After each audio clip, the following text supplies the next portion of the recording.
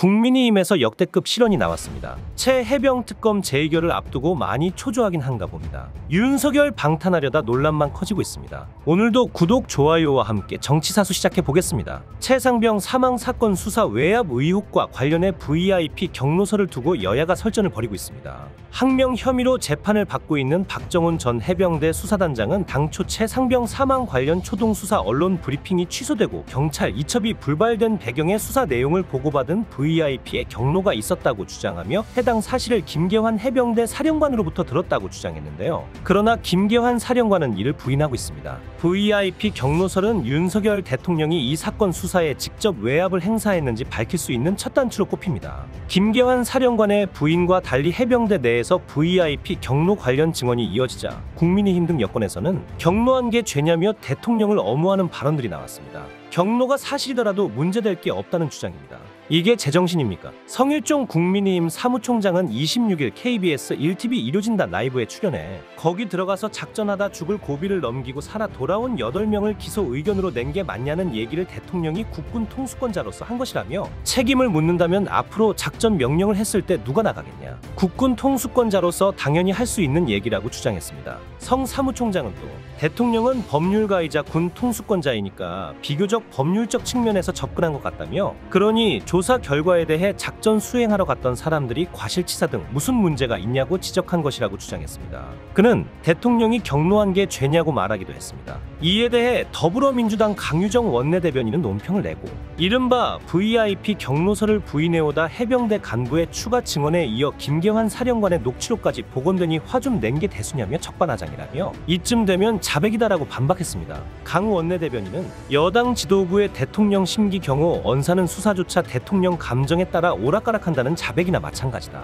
이야말로 국기문란이며 국정혼란이라며 경로하면 수사 결과가 바뀌고 회수되어도 되는 건가? 20살 청년의 죽음에 대한 진실보다 VIP의 기분이 더 중요한가? 대통령의 경로가 수사 기준인가라고 비판했습니다. 강 원내대변인은 대통령의 경로가 수사 방향을 바꾸었다면 그 경로는 죄라며 여당은 적반하장과 몰상식으로 국민들을 더 이상 경롭게 하지 말라고 했습니다. 국민의힘은 아무리 여당이라지만 대통령을 방탄한다고 이렇게까지 말해도 되는 겁니까? 이런 예민한 문제에 대해서 그저 말장난이나 하고 있는 겁니다. 이뿐만이 아닙니다. 성일종 국민의힘 사무총장이 고 최수근 해병 상병 특검법과 관련해 대통령이 경로한 것이 죄냐고 하자 더불어민주당이 경로한 건 사실이라는 말씀이냐며 되치기에 나섰습니다. 진성준 민주당 정책위의장은 27일 CBS 라디오 김현정의 뉴스쇼에서 전날 성 총장 발언에 대해 경로는 했다는 것 아니냐, 경로하고 대통령이 수사 결과에 직접 개입한 것 아니냐고 해석했습니다. 이어 대통령이 경로해서 수사에 개입한 것을 응당 있을 수 있는 일인 것처럼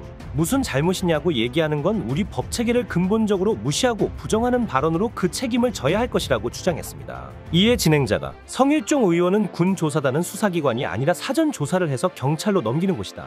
따라서 직권남용 주장은 잘못이라고 했다고 묻자 진 의장은 해병대 수사단이 조사 결과를 경찰에 이첩하고 경찰이 이를 바탕으로 철저하게 수사를 해 책임 있고 없음을 가리면 되는 문제였다. 그런데 수사에 들어가기도 전에 해병대 수사단의 조사 결과를 번복시키려 했다며 이것이 사건 책임을 축소하고 은폐하려고 하는 것과 무엇이 다르냐고 받아쳤습니다. 또 대통령 의견 제시에 불과했으면 왜 대통령실 비서관이니 국방부 장관이니 차관이니 모두가 나서서 수사 결과를 뒤집으려고 하고 수사 기록을 다시 회수해 오고 이런 짓을 벌이냐며 이는 대통령의 방침이자 지시로 이해할 수밖에 없기 때문에 그런 것 아니냐. 대통령은 그런 의견을 제시하더라도 신중해야 했다고 직권남용이 맞는다고 말했습니다. 그러면서 성일종 사무총장이 얘기했던 것처럼 대통령이 경로도 못하냐, 경로한 게 무슨 죄냐라면 특검을 못 받을 이유가 있느냐고 공세를 취했습니다.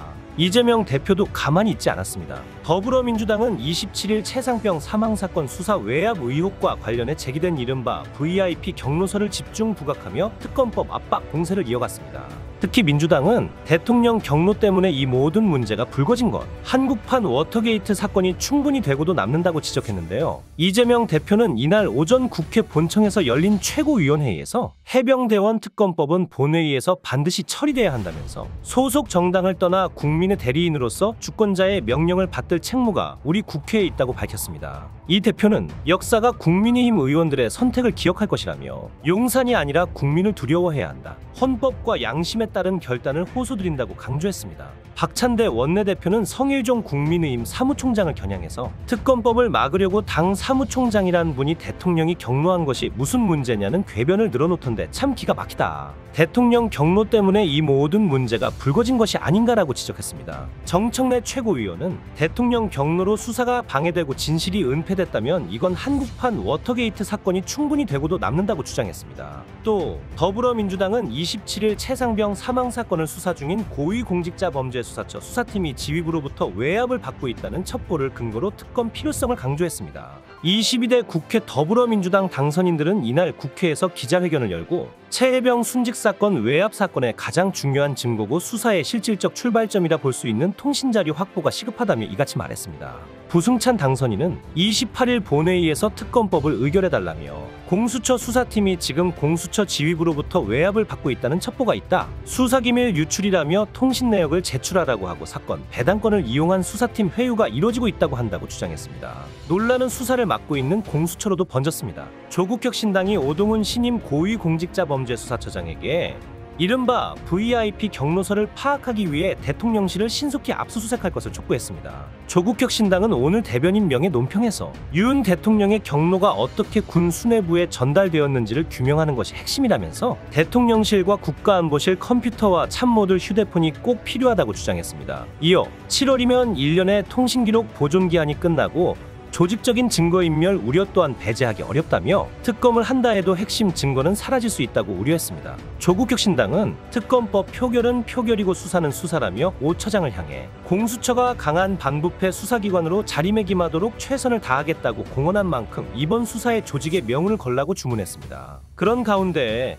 정부 여당은 대통령 방탄에 모자라 내부 세력 다툼이나 하고 있는 모습입니다. 여권이 40 총선에서 참패한 지 50일 가까이 되는데도 아직까지 변화와 쇄신의 모습을 보여주지 못하고 있습니다. 윤석열 대통령은 총선 참패 직후 국민의 뜻을 겸허히 받들어 국정을 쇄신하겠다고 말했습니다. 하지만 박근혜 정부 시절 문고리 3인방으로 불렸던 정호성 전 청와대 부속비서관을 최근 대통령실 시민사회 수석실 비서관으로 기용한 것은 고개를 갸우뚱하게 만듭니다. 정 비서관은 박근혜 전 대통령의 지시로 청와대 기밀 문건을 최순실 씨에게 유출한 혐의 등으로 유죄 확정 판결을 받고 1년 6개월 동안 복역했는데요. 당시 서울중앙지검장으로서 수사 책임자였던 윤 대통령이 정 비서관을 사면한 데 이어 비서관으로 중용한 것입니다.